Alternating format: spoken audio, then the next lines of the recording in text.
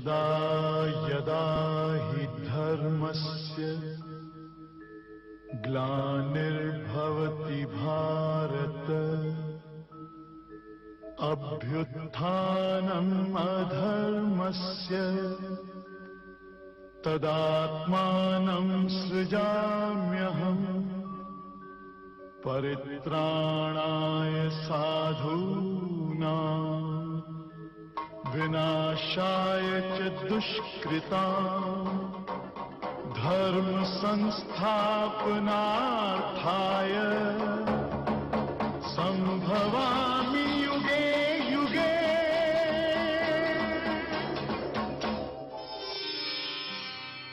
नमस्कार दर्शकों, जीवनसार गीता में आपका फिर से स्वागत है।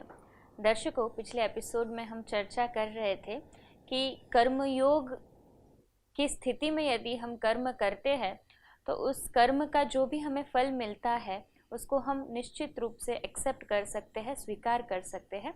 और जो दुविधाएं मन में थी कि ये मेरे पास ही ऐसा फल क्यों आया या मैं ही क्यों विफल हुआ, ये सारी बातों से मन ऊपर उठ जाएगा, क्योंकि अभी ये ज्ञान आ जाता है कि जो भी मुझे परिणाम मिल रहा है ये मेरे कर्मों का ही परिणाम है। ऐसे ही कुछ प्रश्नों के साथ आज फिर से हम उपस्थित हैं और हमारे साथ है ब्रह्मा कुमारी शिवमणि बहन। तो शिवमणि जी, आपका हार्दिक स्वागत है। ओम शांति। ओम शांति। जब हम बात करते हैं कि हर एक व्यक्ति यही चाहता है कि उसके जीवन में आज सभी सुख साधन उपस्थित हो, भोग विलास की चीज़ें उसके पास हो, ताकि वो अपना जीवन ऐश्वर्य से, लग्जरियस लाइफस्टाइल से जी सके। पर ये भी बात उतनी ही हकीकत है कि अगर उसको वो सुविधाएं नहीं मिलती है, साधन नहीं मिलते हैं, उसकी जो आसक्तियां हैं उसको तृप्त नहीं कर पाता है, तो उसका मन बेचैन भी होने लगता है। तब ऐसी स्थिति में उसे क्या करना चाहिए? जैसे अभी हम सुन रहे थे कि हमारे जीवन में अगर हम कर्म योग करेंगे, कर्म करते समय भगवान को याद करते कर्म करेंगे तो उसका फल अवश्य श्रेष्ठ ही मिलेगा। अर्थात धारणा अच्छी है, अच्छे धर्म के आधार पर हम कर्म कर रहे हैं तो उसका श्रेष्ठ फल अर्थात हमें भोग ऐश्वर्य जो भी चीजें चाहिए वो सब मिल जाएगी। लेकिन आज दुनिया में व्यक्ति भोग और ऐश्वर्य में कितना आसक्त हो रहा है, उस आसक्ति के कारण उसका जीवन में दुख अशांति बढ़ रही है। बिल्कुल। और वो आसक्ति पूर्ण नहीं होती है। जितना वो आसक्ति या इच्छाएं करता है और वो पूर्ण नहीं होती, उतना ही दुख और अशांति बढ़ते जा रही है। ये जो दुख अशांति उनके जीवन में बढ़ रही है, इसीलिए भगवान हमें, अगर हमारे जीवन में सुख शांति चाहिए तो हमारा एकाग्रता कहाँ पर होनी चाहिए, इसके बारे में गीता के दूसरे अध्याय के 44वें श्लोक में भगवान कहते हैं, भोग ऐश्वर्य प्रसक्तानाम तया अपरुत चेतसाम व्यवसायात्मक बुद्धि ही समाधौ न विधीयते। अर्थात यहाँ पर भगवान कहते हैं भोग और ऐश्वर्य में आसक्त जो व्यक्ति है, जिस व्यक्ति को भोग और ऐश्वर्य में आसक्ति है, उस व्यक्ति को परमात्मा में निश्चयात्मक बुद्धि नहीं हो सकती। माना जो व्यक्ति इंद्रियों के सुख को ढूंढ रहा है, ये भोग में और आसक्तियों में अपने आप को ढूंढ रहा है, उसमें अपनी खुशी ढूंढ रहा है, तो उसे कभी भी मन की शांति नहीं मिलेगी। हाँ, उनका बुद्धि भगवान के ऊपर एकाग्र नहीं हो सकता है, क्योंकि हमें सच्ची शांति, सच्चा सुख चाहिए तो ये सुख शांति मिलेगी परमात्मा के पास, क्योंकि उनका सागर वही है, शांति का सागर, सुख का सागर तो हम भगवान को कहते हैं। जो गुण हम ढूंढ रहे हैं चीजों में, वो एड्रेस, चीजें तो वही चाहिए, परंतु एड्रेस अगर गलत है तो हम वो चीज को प्राप्त नहीं कर सकेंगे। यदि हम साधनों में ढूंढ रहे हैं और वो साधनों में मिलनी ही नहीं है, तो हम कहीं ना कहीं एड्रेस गलत ले रहे हैं। और वो एड्रेस सही लेने के लिए हमें क्या करना पड़ेगा? अगर हम भगवान से निश्चयात्मक बुद्धि अर्थात हमें परमात्मा के ऊपर संपूर्ण निश्चय है, तो हमारा हानि कभी हो ही नहीं सकता। तो हमारे जीवन में ये जो आसक्ति है भोग और ऐश्वर्य के ऊपर, इस आसक्ति का हानि क्या है और परमात्मा के ऊपर निश्चयात्मक बुद्धि है तो उसका लाभ क्या है, वो हमें पहले समझ लेना चाहिए। बिल्कुल। और ये समझने के लिए हमें ऐसा कौन सा मापदंड अपने पास रखना पड़ेगा कि अगर मेरी बुद्धि ऐसी है, माना ये सही दिशा में जा रहा हूँ, यहाँ पे भोग विलास की कामना नहीं है, और मेरी बुद्धि इस दिशा में जा रही है, माना ये आसक्ति की तरफ बुद्धि जा रही है, अगर कैसे हम पहचानें? इसको समझना चाहते हैं तो दोनों हमें देखना है। जब मैं भोग और ऐश्वर्य के पीछे जाता हूँ तब मेरा मन की स्थिति कैसी होती है, और मैं जब भगवान की याद में बैठता हूँ तब मेरी मन की स्थिति कैसी होती है।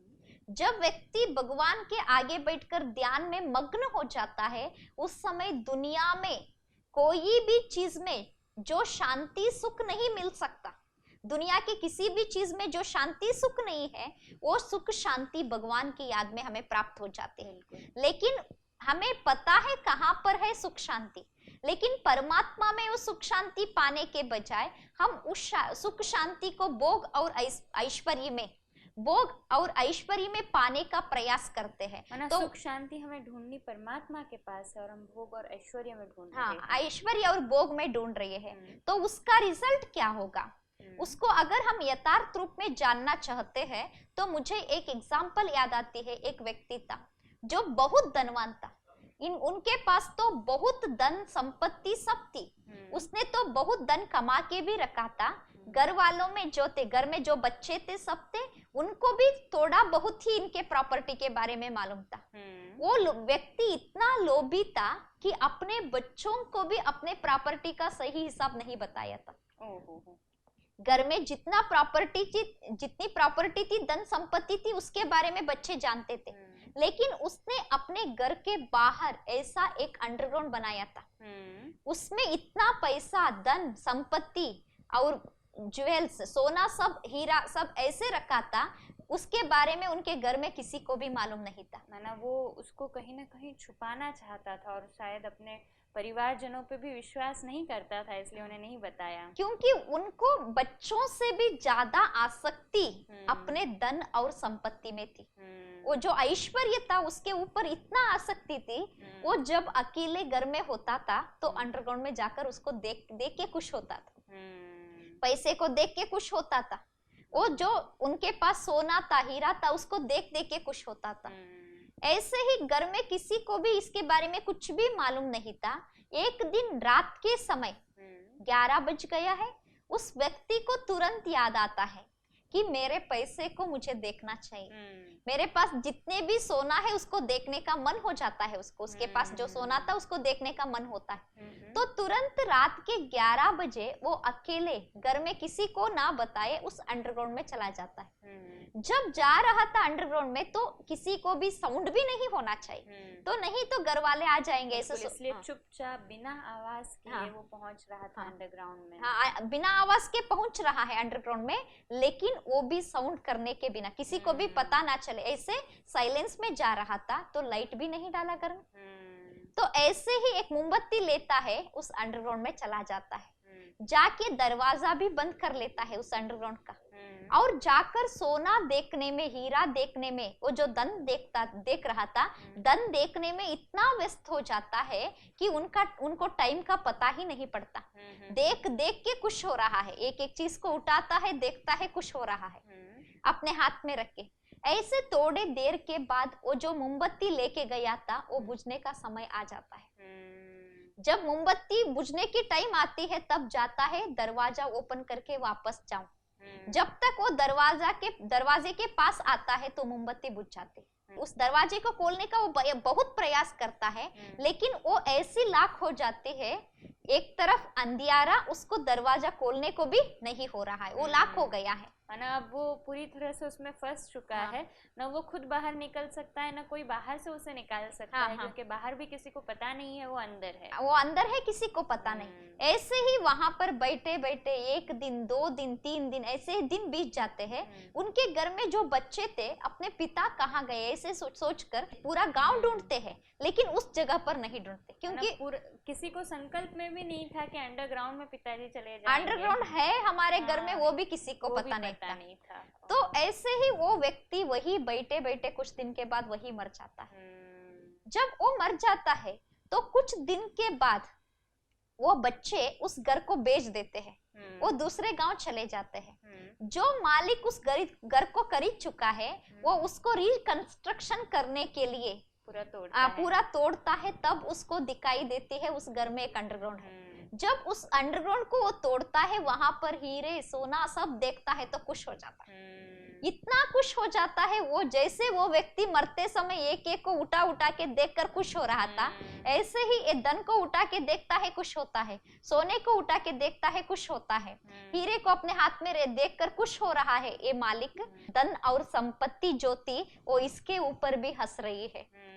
उसका जो हालत हुआ, एक दिन तुम्हारा भी हालत वही होगा। हम तो ऐसे ही रहेंगे, लेकिन तुम इस भोग और ऐश्वर्य में आसक्त होकर तुम तो मर जाओगे। बिल्कुल, माना ये धन संपत्ति, इसका हमें इतना ज़्यादा भी उसकी आसक्ति नहीं होनी चाहिए कि हम उसमें अपनी सच्चाई को भूल जाए। जैसे ये व्यक्ति ने सच्चाई को कबूल नहीं किया, वो अगर मोमबत्ती बुझने से पहले ही वो बाहर निकल जाता तो शायद बच पाता, अपने प्रियजनों के साथ ये सच्चाई शेयर कर देता तो भी शायद बच पाता था।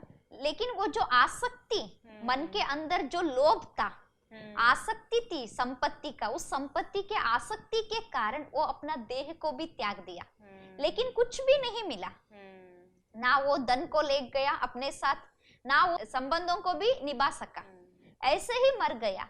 ऐसे ही आज जितने भी लोगों को हम देख रहे हैं जो धन के पीछे भाग रहे हैं, संपत्ति के पीछे भाग रहे हैं, संपत्ति तो यही रहेगी, वो व्यक्ति चला जाएगा। बिल्कुल, माना व्यक्ति यहाँ पे नाशवंत है, संपत्ति नाशवंत नहीं है। संपत्ति वैसे ही है, हमारे ऊपर डिपेंड करता है कि हम किसको इम्पोर्टेंस देते हैं। वो व्यक्ति अगर संबंधों को ज़्यादा इम्पोर्टेंस देता, महत्व देता, तो शायद आज वो जीवित होता, और वो जो संपत्ति को जिसने बहुत ज़्यादा इम्पोर्टेंस दे दिया था, विशेष मान लिया था, वो संपत्ति तो उसे कुछ भी नहीं दे पाई। इसीलिए आज हमें कहाँ पर आसक्ति होनी चाहिए, ये हमें पहले ही समझ लेना चाहिए। अगर हम भी ऐसे ही भोग मतलब जो हम भोगना चाहते हैं सुख को, अगर हम उस संपत्ति में सुख को ढूंढने जाएंगे तो उस व्यक्ति का जो हालत था, एक ना एक दिन हमारा हालत भी ऐसे ही हो जाएगा। अगर वही सुख शांति को हम भगवान में ढूंढने जाएंगे, उसका ध्यान करेंगे, तो जीवित रहते समय ही हम जो ढूंढ रहे हैं, सुख चाहिए, शांति चाहिए, वो आराम से हमारे जीवन में मिल सकता है। बिल्कुल, माना जीवन में अगर सच्ची सुख शांति चाहिए तो हम उसकी दिशा सही ढूंढे। यदि भोग वासना को ही व्यक्ति अपनी आसक्ति की दिशा बना लेता है तो वह आसक्ति उसे दुख ही देगी। पर ये कैसे हम अपने अंदर मन में परिवर्तन लाए कि भोग की चीज़ों को, या जो हमें मन में लालच दिला रही है, आसक्ति दिला रही है, उसको हम कैसे परिवर्तित करें कि हमारा मन अनासक्त हो जाए? हमें अपना मन को डाइवर्ट करना पड़ेगा, वहां डाइवर्ट करना पड़ेगा जहां सच्ची शांति है, जहां सच्चा सुख है।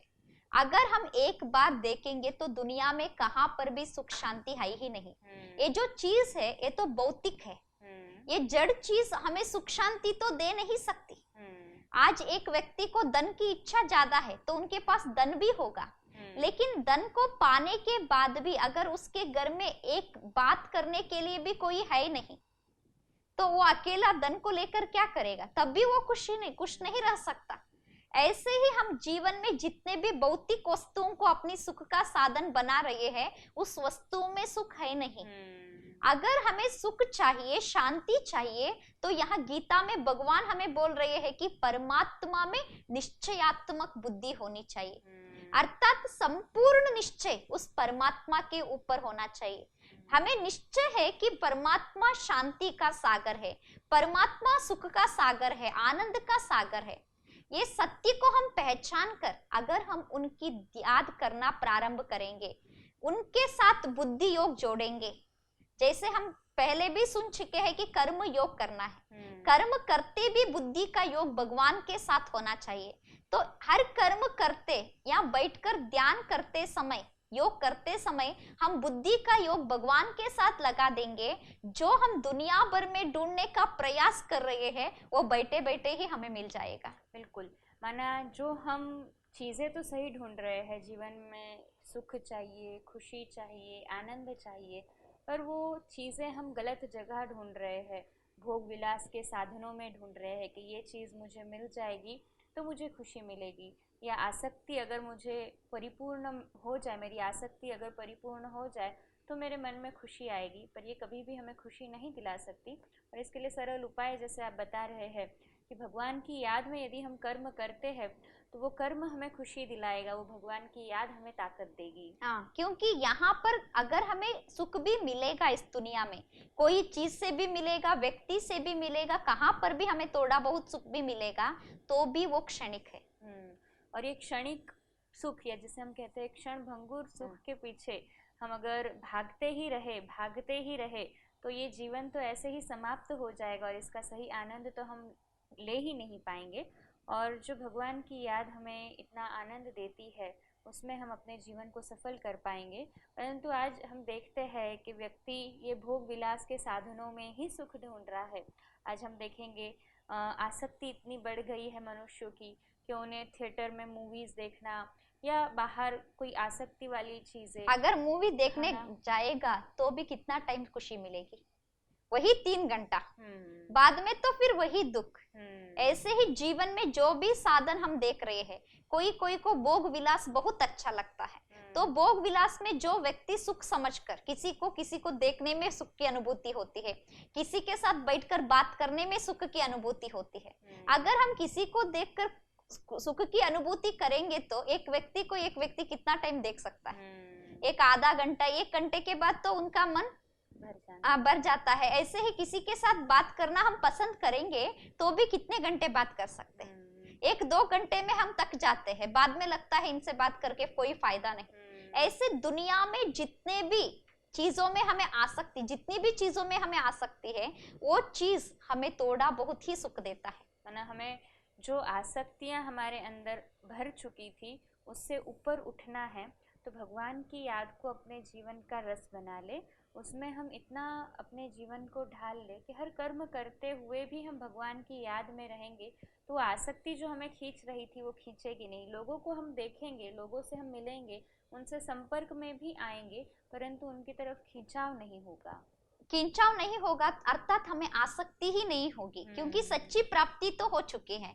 क्योंकि जो मिलना है वो भगवान से मिलना है, वो सुख शांति जब हम भगवान से पा चुके हैं तो दुनिया में उसको ढूंढने की जरूरत नहीं रहती। परंतु होता यूं है कि व्यक्ति हमें दिख रहे हैं, लोग हमें दिख रहे हैं और वो सहज हो जाता है उनसे खिंचाव होना या उनकी तरफ आकर्षित होना। आज इसलिए देखते हैं कि व्यक्ति में आकर्षित हो रहा है, फिर दुख भी भोग रहा है भले, परंतु फिर भी वही गलती करता जा रहा है। हमें पहले ये सोचना चाहिए, हम इतने सालों से जो लोगों के साथ जिंदगी व्यतीत कर रहे हैं, क्या कितने लोगों से हम संतुष्ट हैं, कितने लोगों से हमें खुशी मिली है, कितने लोगों से हमें शांति मिली है।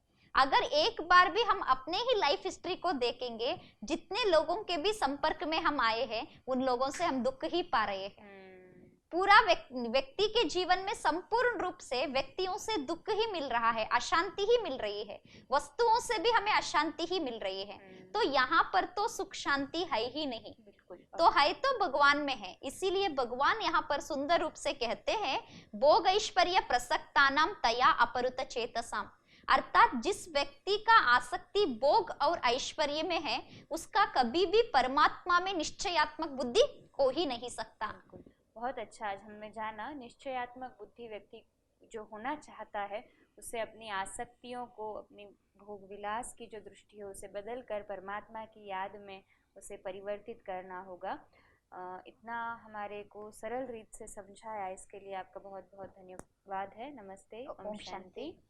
दर्शक मित्रों, हमने जाना कि जीवन में यदि हमें परमात्मा पर निश्चय बुद्धि रखनी है या परमात्मा से हमारे निश्चय को जोड़ना है तो हमारी जो बुद्धि या हमारी जो दृष्टि आजकल भोग विलास के साधनों में कि ये वस्तु मेरे पास आ जाएगी तो मुझे खुशी मिलेगी, ये मेरा संबंधी जो है ऐसा मेरे साथ जुड़ जाएगा तो मुझे जीवन में सुख मिलेगा, परंतु ये तो केवल एक क्षणभंगुर सुख है। अगर सच्चा सुख हमें पाना है तो भगवान की याद या कर्मयोग ही हमें दे सकता है। इसी संदेश के साथ मैं डॉक्टर डोनिका रूपारेल आपसे विदाई लेती हूँ। ओम शांति।